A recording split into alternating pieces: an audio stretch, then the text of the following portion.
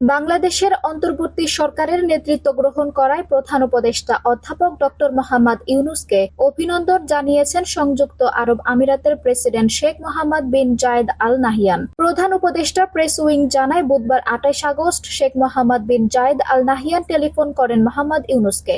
এ সময় অন্তর্বর্তী সরকার বাংলাদেশকে সমৃদ্ধির দিকে নিয়ে যাবে বলে আশা প্রকাশ করেন শেখ মোহাম্মদ।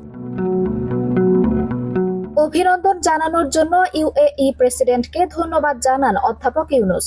প্রধান উপদেষ্টা উপসাগরীয় দেশটিকে পৃথিবীর অন্যতম সমৃদ্ধ দেশে পরিণত করার জন্য তার দূরদৃষ্টি সম্পূর্ণ নেতৃত্বের প্রশংসা করেন। অধ্যাপক ইউনূস বিভিন্ন প্রাকৃতিক দুর্যোগের সময় বাংলাদেশের পাশে দাঁড়ানোর জন্য ইউএইকে ভালো বন্ধু হিসেবে উল্লেখ করে বলেন, উপসাগরীয় দেশটিতে বাংলাদেশের লাখ লাখ মানুষ কর্মরত রয়েছে। দেশটির বাংলাদেশের রেমিটেন্সের গুরুত্বপূর্ণ উৎস।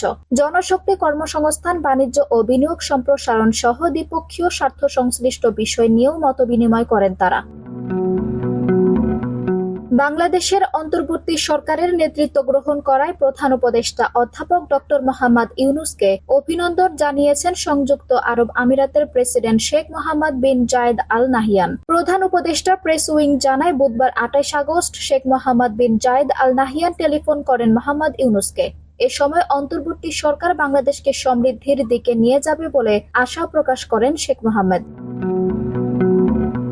অভিনন্দন জানানোর জন্য ইউএই প্রেসিডেন্টকে ধন্যবাদ জানান অধ্যাপক ইউনূস। প্রধান উপদেষ্টা উপসাগরীয় দেশটিকে পৃথিবীর অন্যতম সমৃদ্ধ দেশে পরিণত করার জন্য তার দূরদৃষ্টি সম্পূর্ণ নেতৃত্বের প্রশংসা করেন। অধ্যাপক ইউনূস বিভিন্ন প্রাকৃতিক দুর্যোগের সময় বাংলাদেশের পাশে দাঁড়ানোর জন্য ইউএইকে ভালো বন্ধু হিসেবে উল্লেখ করে বলেন, উপসাগরীয় দেশটিতে বাংলাদেশের লাখ লাখ মানুষ কর্মরত রয়েছে। দেশটির বাংলাদেশের রেমিটেন্সের গুরুত্বপূর্ণ উৎস।